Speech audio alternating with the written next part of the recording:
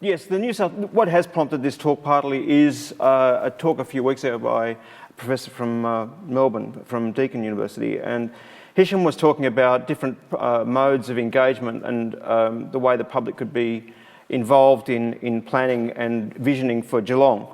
And so I do have a couple of introductory comments, I guess, which I'll read. The New South Wales planning system is currently being reviewed. Submissions from across the full spectrum of the community, local government and industry groups have called for the emphasis to be more on strategic planning rather than on development assessment, getting it right up front rather than arguing over the details when the big mistakes may have already been made or the greatest opportunities lost. The white paper is to do with legislation, and that's what's prompted this. Because I think we can get lost in the legislation and lose what really we're interested in, which is the end result in making a better city. But the white paper has concentrated on process, and I think that's fair enough. That's what it's meant to be about. And you might expect me to say that as an urban designer, I'm more interested in the end result, the built end result, the outcome, as Paul called it. Of course I am, in fact passionately, but I do think that urban design as a practice needs to be seen as both concerned with the practice and the process, because I think it's an investigative process as much as anything else.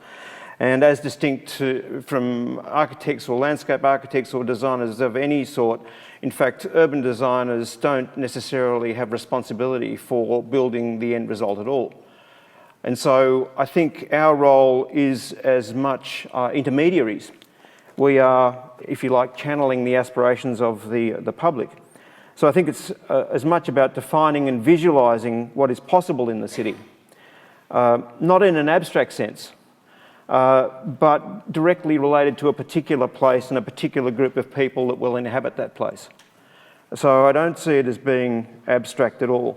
And I think this is where also I'd distinguish urban design practice from broad metropolitan policy, or for that matter, government policy to do with economics, for example.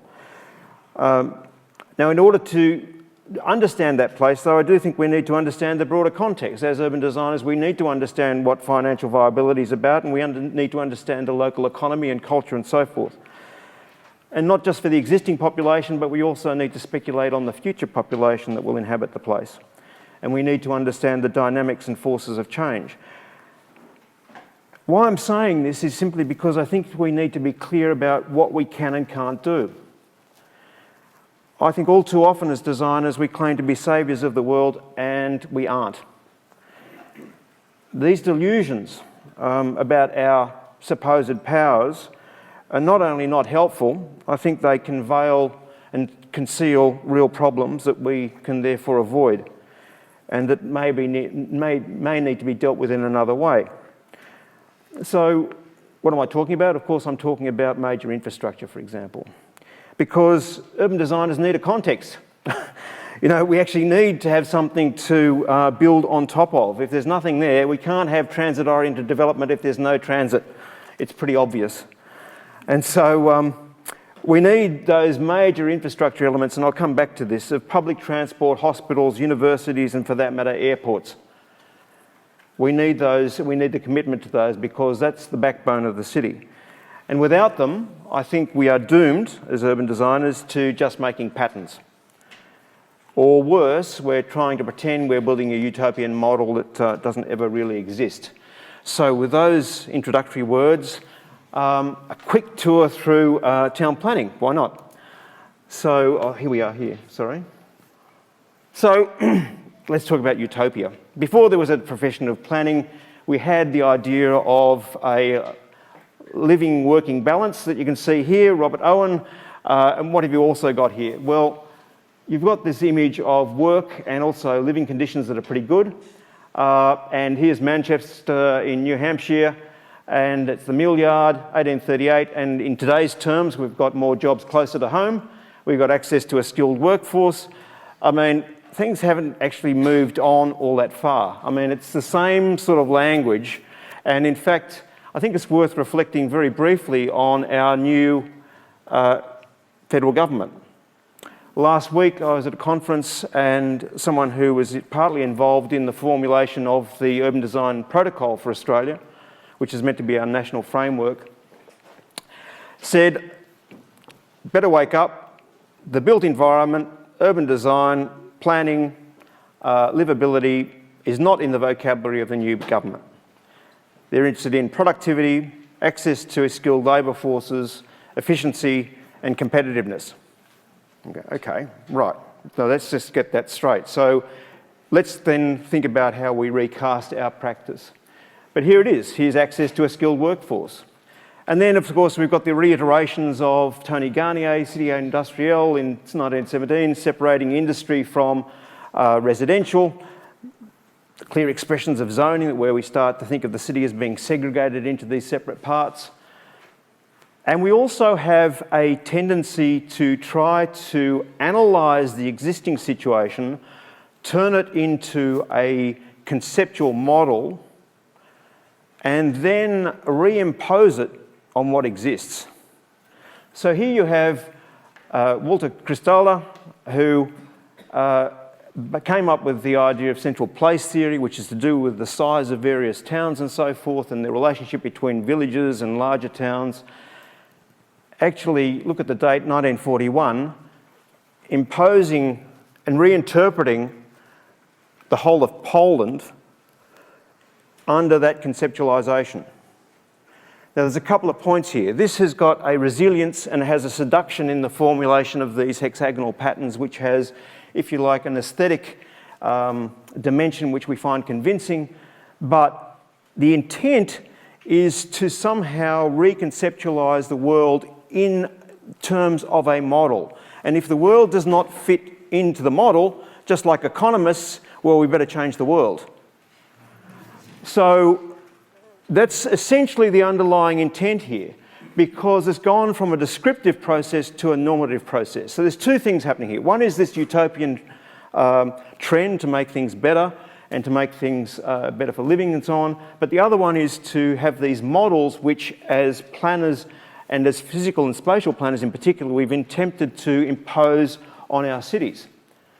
So compare that, my goodness, 1941. It happens to be at the same time, Britain, Birmingham. When we build again, tough times. But this is an existing city. And this existing city has a DNA of current patterns, not recognised by Kristalla. The complexity in Birmingham is that it has these particular patterns where, sure, there's some pretty run-down housing, very similar to 1841, in fact. And there's the idea of renewing that city. But even in that renewal, the DNA, the way that that city functions, is so deeply embedded that you have this, which is one of my favourite set of statistics ever. Principal wage earners going home at midday. You're able to go to work and walk home for lunch. So 34.9% of people in those inner areas, you go, well, that's, inner areas, that's fine. It's still 22.5 in the outer ring. So there's something in the actual pattern of that city that works, and works in a way that's completely different to what I'm about to show you. Because when you take things as patterns and decontextualise them, you can end up with somewhere like Canberra.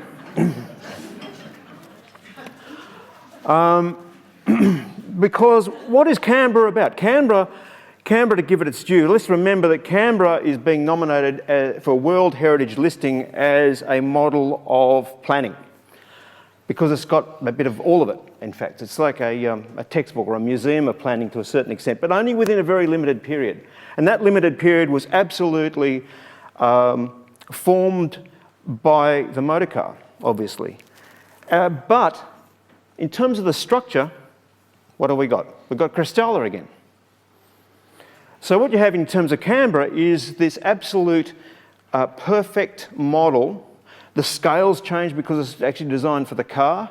The scale of the distance between buildings, the distance between townships and so forth, the way the retail patterns are structured, the size of the roads, but also this is an embedded social pattern as well. What do I mean by that? Well, first of all, they had this absolute, let's think of the ethos of this, that there was this absolute optimism. Things were drawn, things were built. You had the National Capital Development Corporation. This is a technocratic approach to urban design and planning, but also implementation. They drew it and they built it. They drew it and they built it. It was just absolutely consistent all the way through. The question then becomes, and of course, what were they trying to do? Well, even to the extent of the formulation of who was being attracted to Canberra, I always use this slide. I use this slide in every single presentation like the other one because I just can't resist that haircut. And so, the serious point I'd make here though is that the way you attract people to Canberra is to provide them with what they want in the form of housing, in the form of this formulaic pattern of living. And so where are these young women going to live, these stenographers who hopefully will meet their man and live in the small village because they don't need to own 2 cars at that time, because they can go to the local shops, because the structure of the city is absolutely precisely calibrated to the workforce participation patterns, the family structure. It's a perfect model, rolled out, rigid. Where do they live? Well, they live in medium density suburbs like this. I mean, this was all perfectly thought through. But is this in fact the way to make a city? Now, if you think about then Sydney, this is just after the Second World War, of course, and what you have here is a city that's expanding, and you start to have this overlay of these categorisations, these centres. So these are things that have emerged spontaneously on ridge roads, at the crossroads of roads, where it makes sense for a centre to occur. They've occurred spontaneously, but here you have the overwriting of, if you like, an organic process with a formulation which then starts to apply zones.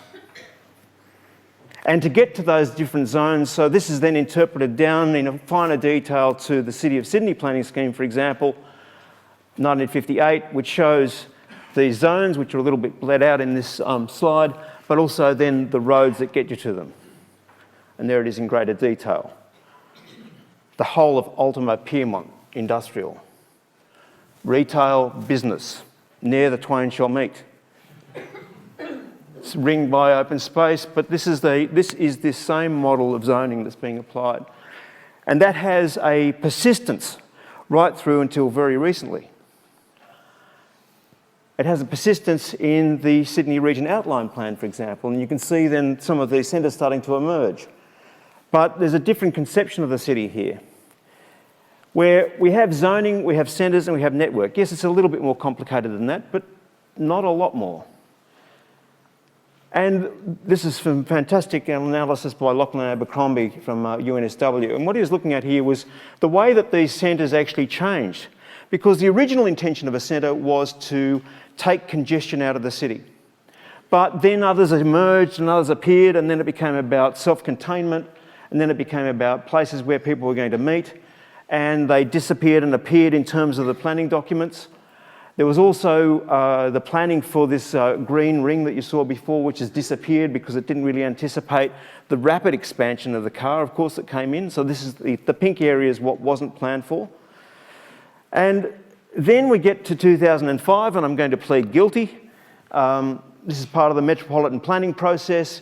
We went out to all the sub-regional councils, and you can see what we're trying to do here.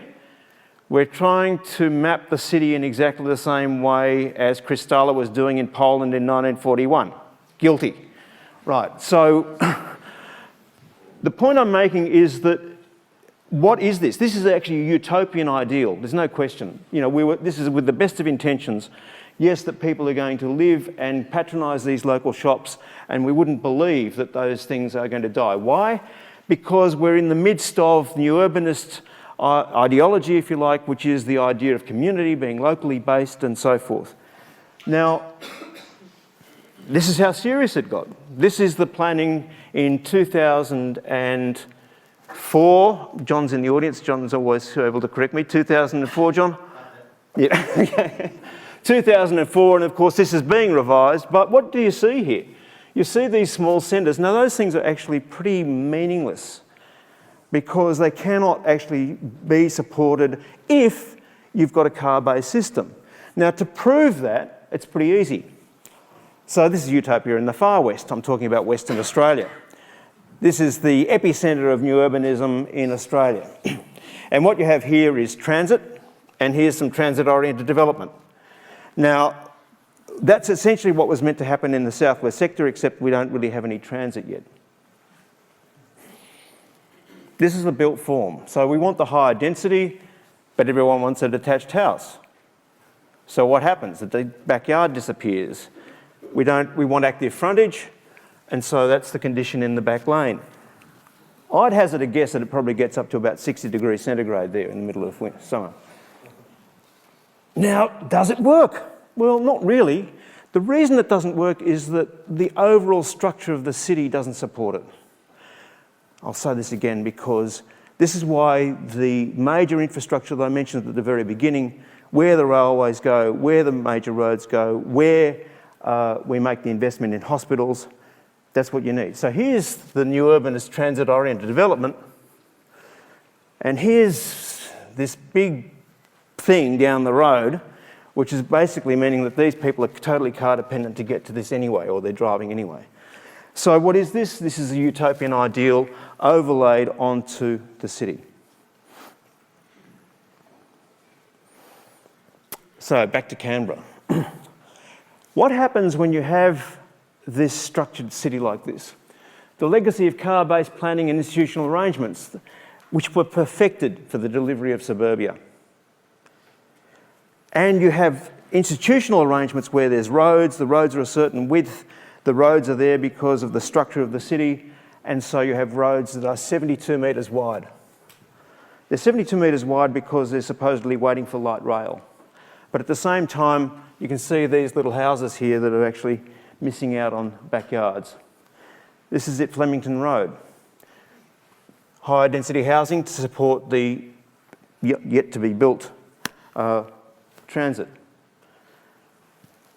Now, what I'm getting at is that as urban designers, we need to be conscious that if we simply draw things with a pattern and we don't understand the underlying conditions and we don't advocate for that, then we are just simply drawing those patterns.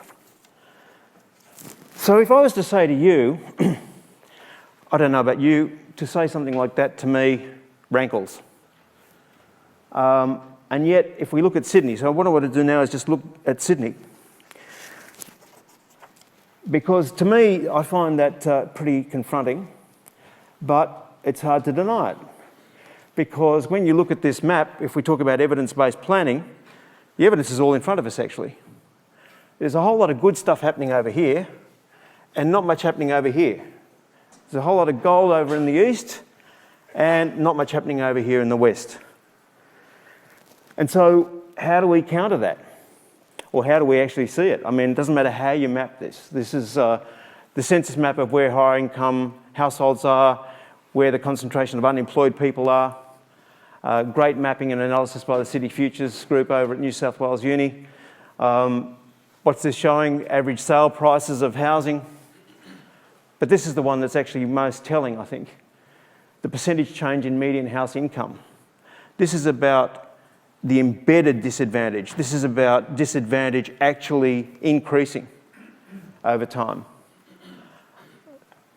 And of course, with that disadvantage, we have vulnerability. So this is the mapping of vulnerability. If you've got low income and you need a car to get to work and petrol prices go up and you've got a high mortgage, you're in real trouble. And so that's essentially what that is a mapping of. It doesn't matter how you map it, the southwest is not looking too healthy. So how do we counter that? I want to speak briefly then about, so I suppose, if we go back to what I showed at the very beginning, which is this idea of the efficient city, workers and housing and so forth, and into this discussion in terms of productivity and competitiveness comes things such as clusters and livability. Clusters, agglomeration and scale. And we hear about the agglomeration economies where we want to have, these various things clustered together. Bit of audience participation here. What's the most famous cluster for any particular industry in the world? Sorry, who's? Silicon Valley? Yeah, by request. So, here it is, Silicon Valley. Does anyone understand how big Silicon Valley is? Here they all are.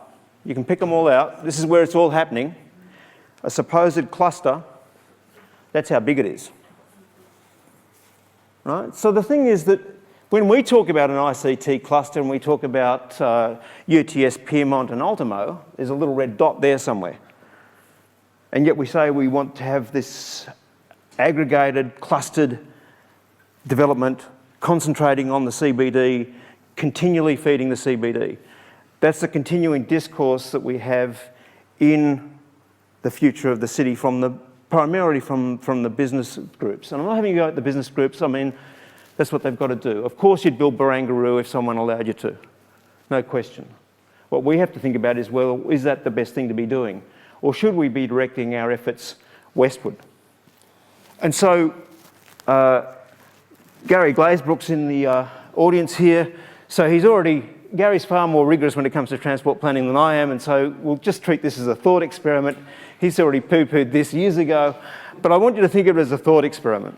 Because what I'm going to say is that what we've got to do is reconceptualise this city. You see, we know that we are both blessed and cursed by the geography of Sydney. We know that it's natural for us to go eastward, for us to concentrate continually over and over again towards the east and in the centre of the city. But we have to make the big move to move westward. How we do that is open to question and discussion. So this is really a thought experiment. You see, if we keep on building on the strengths, it simply reinforces that disadvantage I showed a moment ago. And so really, we need to reconceptualise it. I'll just go back to that one for just a sec, sorry. Building on the strengths will not transform the city. Whose city? Whose conceptualisation of the city? And when we think about livability, we hear about these indexes. Does everyone know what these indexes are? The Mercer Index, the Monocle Index, and the Economist Intelligent Unit Index. The Mercer Index in particular is essentially a means of calculating executives' reimbursement when they're sent overseas. So if you're sent to Lagos, you might get another couple of $100,000 in your pay packet to pay for the bodyguards. If you go to Melbourne, you've probably got to pay them. I don't know. But it's just like you get a deduction. But this is the point, that these things are through the very, very, very narrow lens of the concentrated wealth in the eastern part of the city. That's where these indices come from. It's got nothing to do with the livability in the west of the city. So, yeah, they would say that, wouldn't they? So how do we actually get these things westward? So let's look at this, for example. Here we've got the, let's just see if I can get this thing to work. There's the Macquarie line, roughly. This is basically WestConnex. It'd be nice if there was a metro rail incorporated into that, I think. And what would happen if you did link that as a ring? And as I say, just think of this as a thought experiment, not a rigorous piece of work that Gary Glazebrook could be responsible for. So, one ring to bind them. Right? But just seriously, when you then think about what you can do with a ring rail system, it's not about the rail system, it's not about the ring, it's about extending the CBD, it's about extending the city. Right? It's about making that city bigger. It's about actually making sure that there's a hell of a lot of people that are living and working on, or able to live and work on that city. What have you got? They're the interchanges that would be on that particular ring. There's the universities. There's the hospitals, the teaching hospitals, the major hospitals. There's recreation. There's employment. Major retail. One ring to bind them. So, we should then think about what this could do to the rest of the city. Let's just do the numbers. This was this ring. So here's WestConnex basically running out along Parramatta Road, up through Macquarie, finally linking Epping down to Parramatta. Those are the numbers in those blue areas, which are pretty tight. You can see they're quite close. 2036, 375,000 people, 850,000 jobs. That's a growth of 35%. Let's be a little bit more adventurous. Let's take it all the way down to Liverpool as a figure 8. 1 million jobs in 2036 by current estimates. And within that area, 660,000 people living. This is what I think strategic urban design's about. Strategic urban design, I believe, is about formulating patterns of living that are possible in those locations. It's about positing an urban future. It's about how do you live with greater urbanity in those sorts of areas. Yes, there's all this stuff that remains as is, or might be modified a little bit. I'm not here to discuss that. What I'm interested in is how do we conceptualise a truly urban city overlaid on the existing city, if you like. The two coexist. It's not about centres, it's about a mosaic of opportunity. It's about all of these places having particular characteristics which we can build on. That's urban design. The strategic part of it is that we can then aggregate that up. We can do the numbers, we can calculate them. This is literally about a half-hour exercise. We can do things in much more sophisticated manner than that. So the centre's always been seen as a destination. What about if it's where you live? So if we look at Liverpool, it's really still been conceptualised as a place that's going to grow, but then look at the condition of the railway station here. This is the vision from 2006. And how are we going to get people there? Well, we'll zone it, and then they'll build, and then, we know that if you build it, then they will come. Well, they zoned it, but there hasn't been much building. And the reason there hasn't been much building is because it makes absolutely no economic sense for anyone to do that. That's why. So it only is going to make economic sense if you change the economic geography of the city. And the only way you change the economic geography of the city is to put in some form of major infrastructure. There is some major infrastructure in Liverpool, and I'll talk about it a bit more in a moment, which is, of course, Liverpool Hospital. And it does have a railway station. But those are the things that are essential to locate strategically in these places, so that on that ring, whichever it is, whether it's that particular ring or the figure 8, you have a very significant part of the population that can choose there and, for example, not own a car, which I'll pick up again later. So there it is, and it really hasn't changed much. And yet, look at it.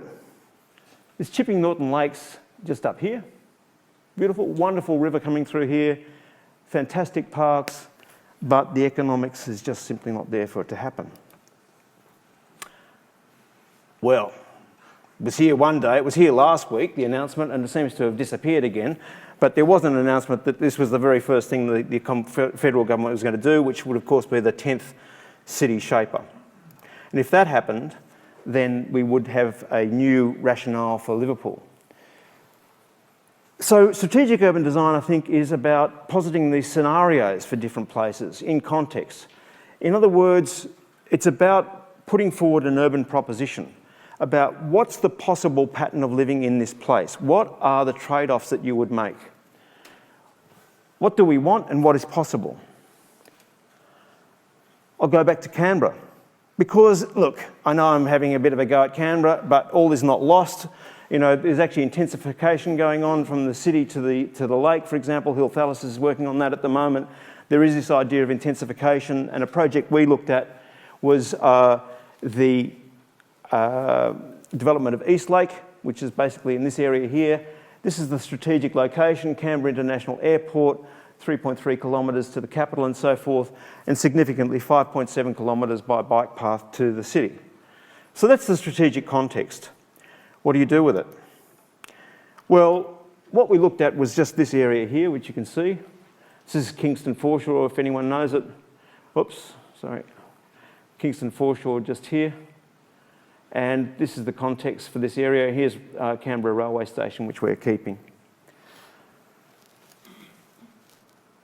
What were we trying to achieve? We were trying to achieve, our brief was to reduce carbon, reduce water use, provide some affordable housing, the usual things. The way we did that was to look at different scenarios, And if you like, we always work with business as usual and we compare it to a series of propositions. The business as usual was a continuation of Kingston Foreshore, 90% apartments, 10% detached housing. And then this one was the alternative, which is an earlier version of what I've just showed you. And you may wonder what this is. Well, this is where we start to get into the discussion of an urban proposition. The proposition was that this would be a traffic calm precinct, that you didn't need to own a car in some of the houses, and that this is really a continuation of the green open space. Because as you probably all know, the greatest recreational activity of Australians is walking. Walking the dog. You know, so really, if we think of streets as being part of that public domain and part of a recreational network, as opposed to being simply for the conduct of cars, then I think it's reasonable to talk about that as being part of the public domain, which is beautiful and which you'd want to spend time in. And when you do that, what does that mean? It means then you can start to think about the type of housing that you want and the type of, the character of the place. And all of this is bound up into an overall proposition, which is an economic and financial proposition, which is that we know that we can make a hell of a lot more money out of detached small houses. This is the cash cow. Now, you might say, well, why do you want the cash cow? We still achieve the density, the total number of dwellings. We want this cash cow to pay for the sustainable infrastructure. So if we're going to have things like cogeneration and water treatment plants and waste to energy plants and so forth, somewhere we've got to pay for it. The conditions in Canberra, of course, are that 40% of the ACT government's income comes from selling land. It's very important to them that they make as much money as possible selling land. So what we had to do was actually give them, if you like, a super profit, that we could take the cream off the top to pay for a whole lot of stuff.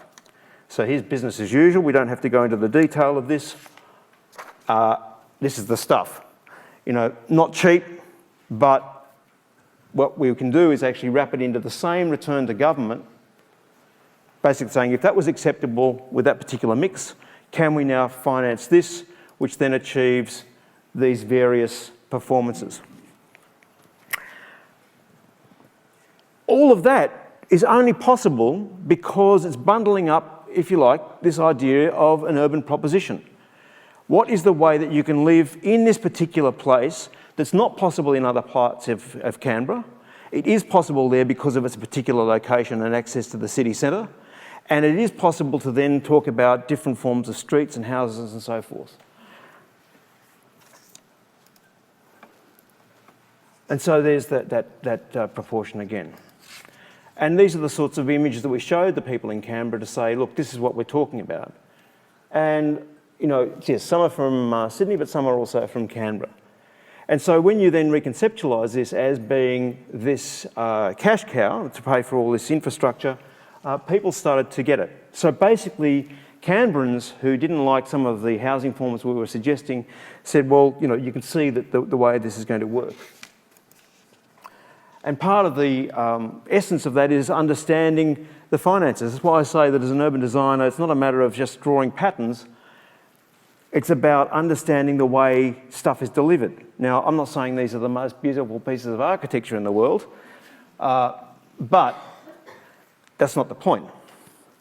The point is that this is an individual block of land that you can enter into a contract with an individual builder, which is 15% more financially efficient than having someone build it speculatively as a townhouse.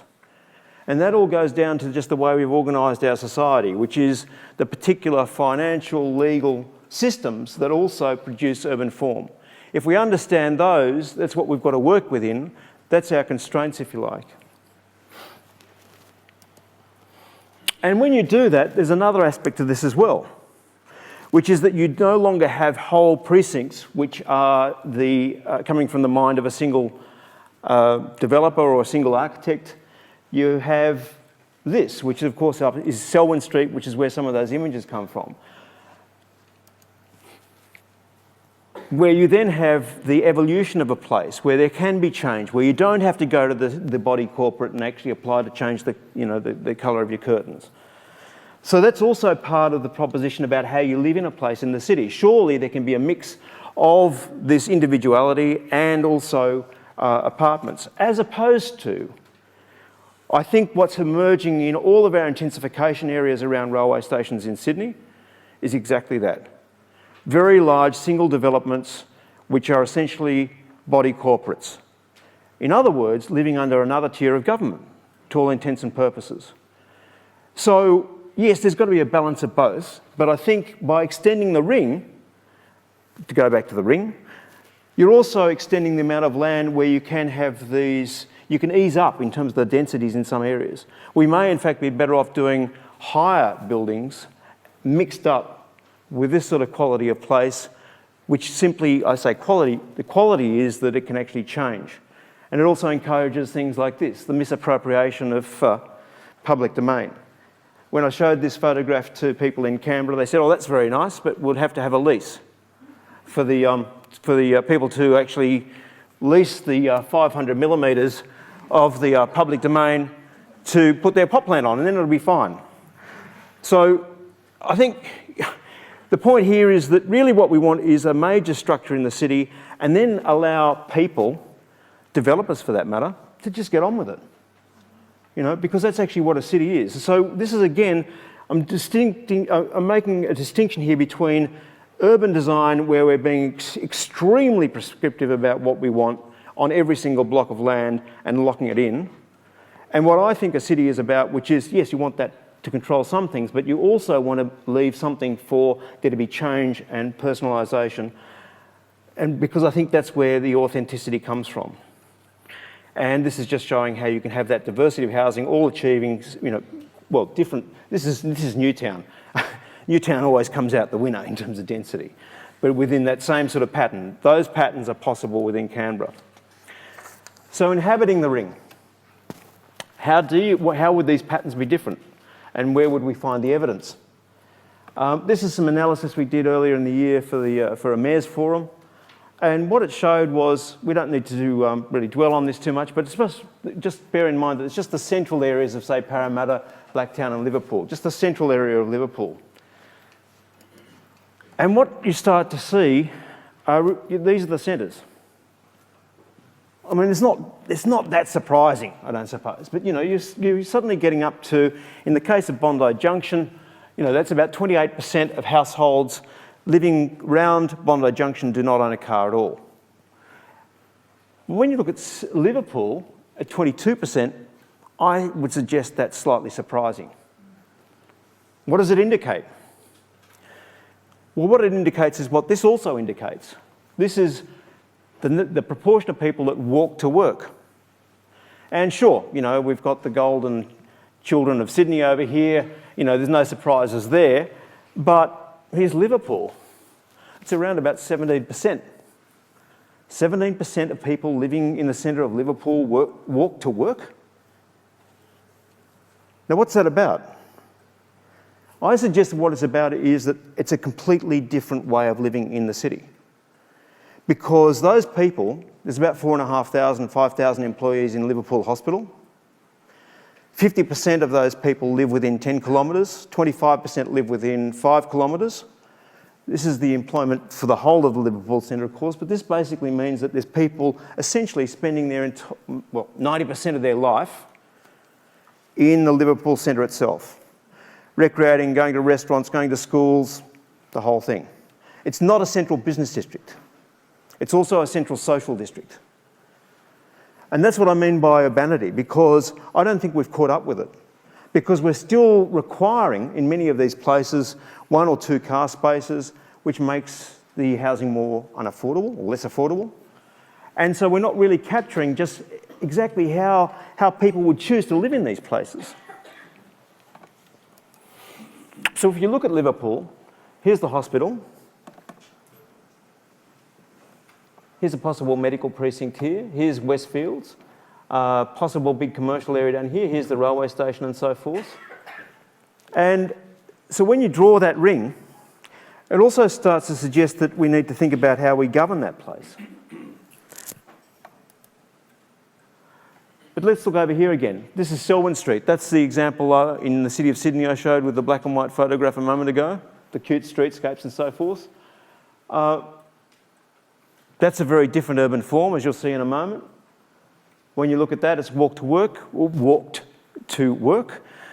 And the reason is this is a very different demographic. Houses there are about $1.5 million as opposed to the 350 or so thousand that you might pay for an apartment in Liverpool.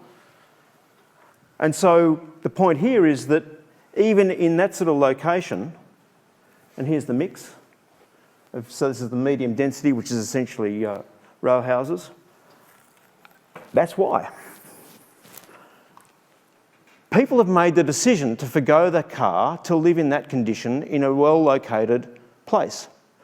What I'm saying is that those choices aren't actually provided by our current planning system, I don't think. And part of the reason they're not is because we don't have a consultative process, because people who are in the local area are concerned that people are going to be parking in their streets and so forth if you don't require car parking. And so this is where we get into the consultation. Because then we look, say, at somewhere like Hurstville. And yes, over here, this is a mapping of disadvantage. Over here, this is mainly Department of Housing. Down in here, this is around Hurstville railway station. And here you can see 27 to 45% of the dwellings in there do not own a car.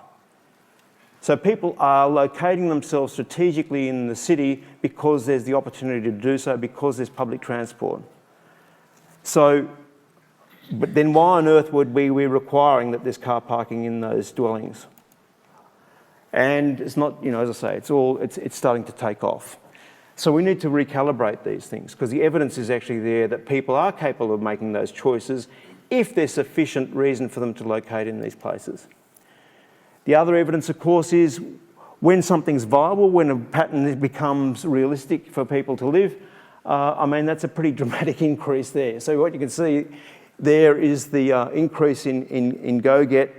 That's the total car share, not just go-get over here on the left. It's approximately 80,000 cars. It's about 1 for every 8 cars that you're replacing. And I do quite a lot of work with kinesis. And when you think then, well, how do you take these things into account? The technologies we now have enable us to come up with, if you like, fairly crazy ideas. But because of the data that we've got available, we're able to assess that. So if we think we're going to put in car share, car share is put in by GoGet and by the other car companies on a pretty strict business model. You don't just put it there for the hell of it. And you don't put it there because someone says we'd like a GoGet car share.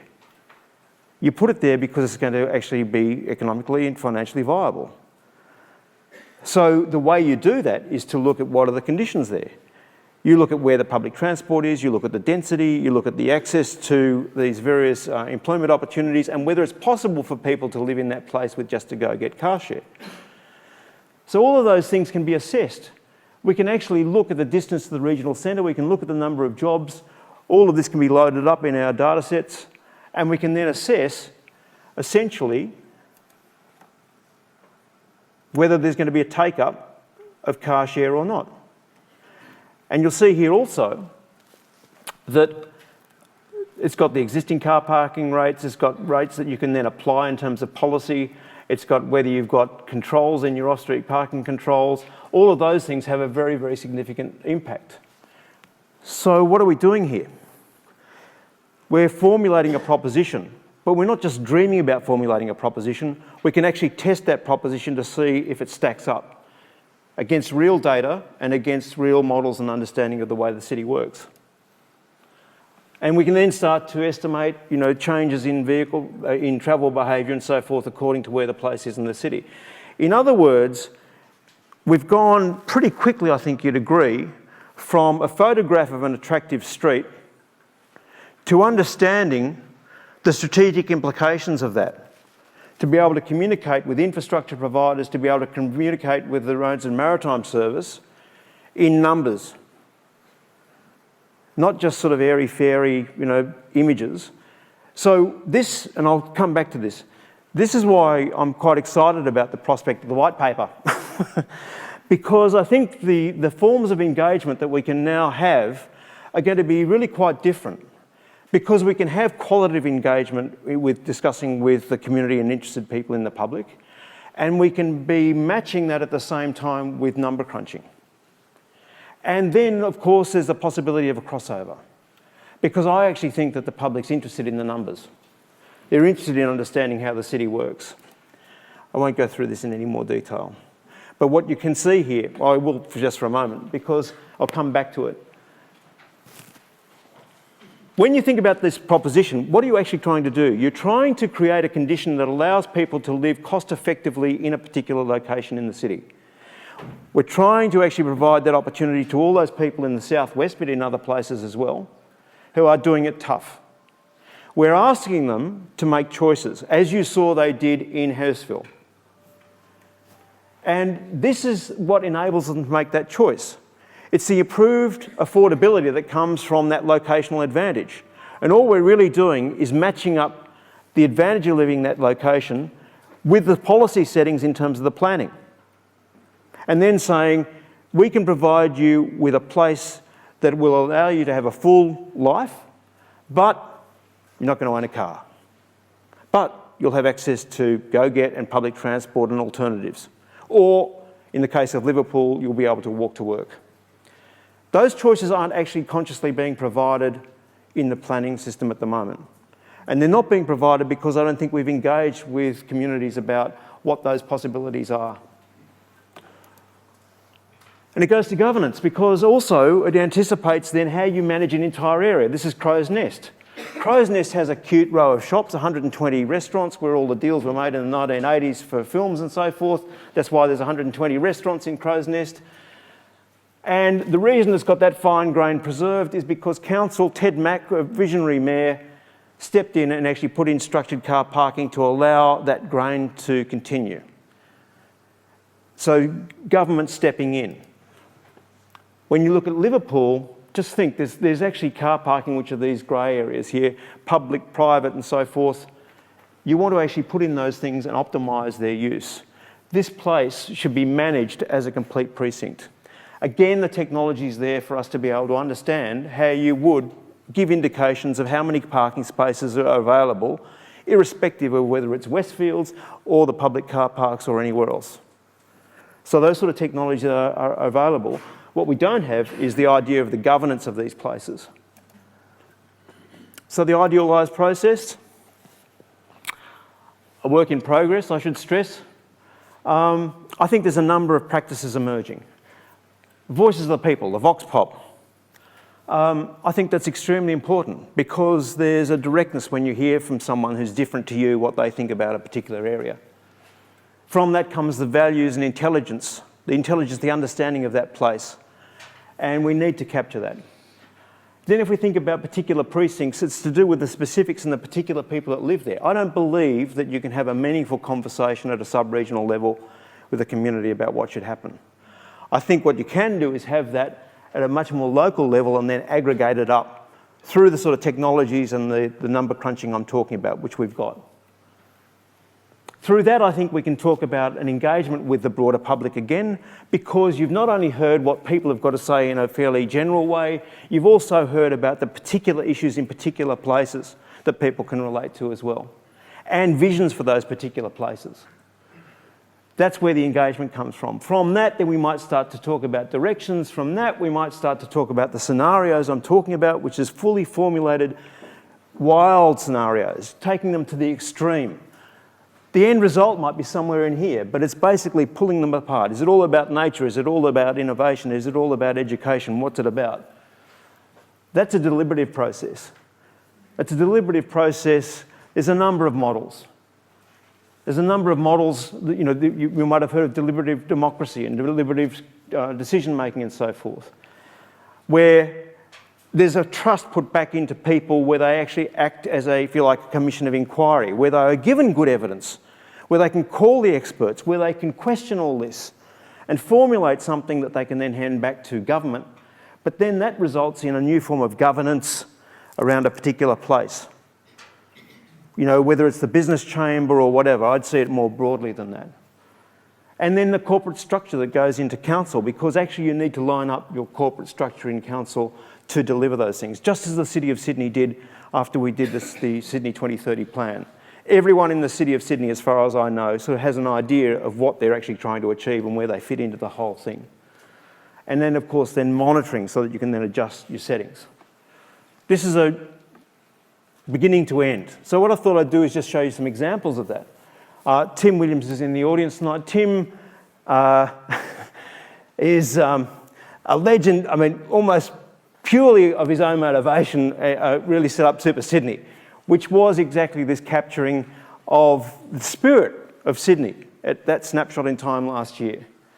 And I think really it's worthwhile going onto this site just to see that divergence. I think there's something that engenders an empathy which is absolutely essential if we're talking about new forms of engagement and community participation. So I think there's a place for that very broad, not understanding so much, but simply something that engenders empathy.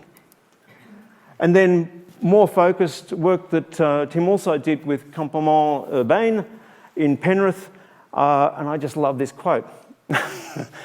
Penrith of the future, we tell, they draw, we dream. That sort of says it all, actually, Tim. Thanks. I mean, I think that should have just called the session tonight that, because I think that's really what it's all about. And then if we look at other examples, so we've probably heard of things like tactical urbanism, where you go in and sort of mess things up a little bit.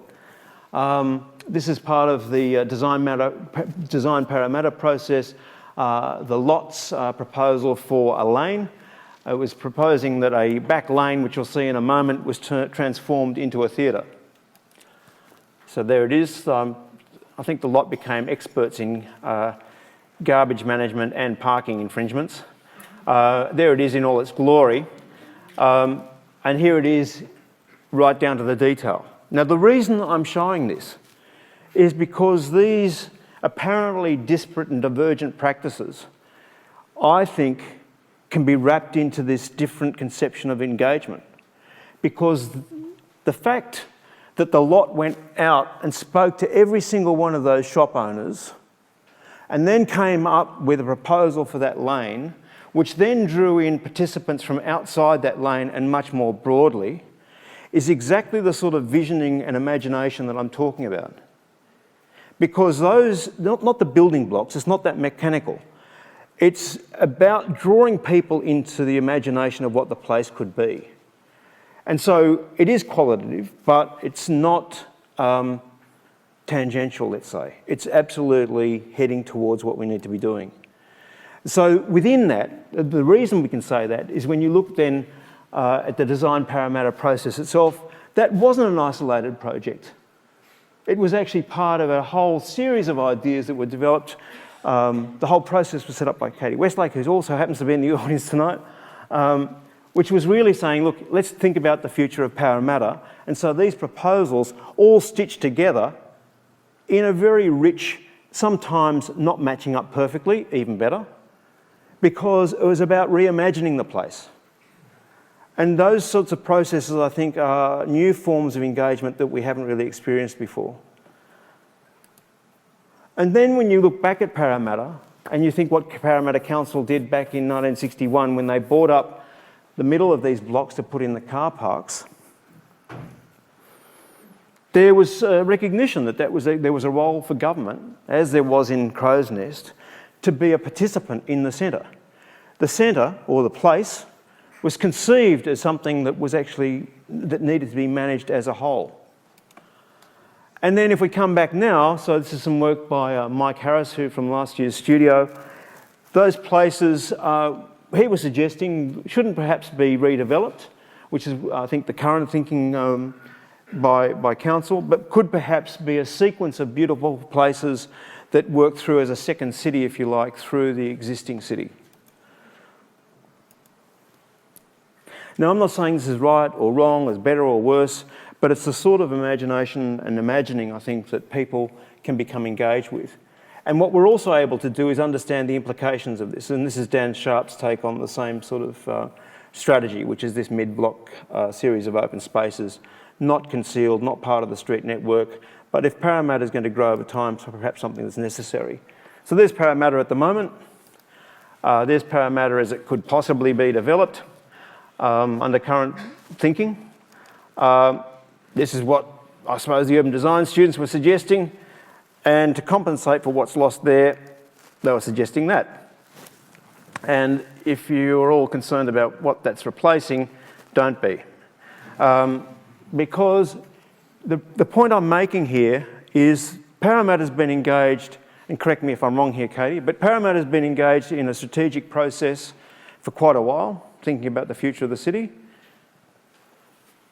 But this is state government. How are we in a situation where these sorts of places can be controlled by state government and there's no discussion about what that place could be? Because the whole place isn't being seen as a whole that requires some sort of management. That's the condition. So, I think we're getting close to the end. So that's that generalised process. And this is from the Mayor's Forum. When you have this sort of process, the difference between the strategic urban design that we can now engage in and the processes previously is that you can essentially have this sort of process, butter paper, drawing and so forth, and have sufficient information and data analysis instantaneously contextualised up into complete models of the city to know the implications of it. So that you can very quickly understand the overall picture. Now, why do we want to do that? I mean, you've all seen this before. Anyone who's been involved with any sort of project management or architecture knows this one. We know this. You know, you want to make the decisions up here. Right? Because, well, if you make the change, we all know this all too well, particularly those of us who've got anything under construction at the moment. So the point here is that you need to understand what the implications of your big decisions are up here. And you can do it.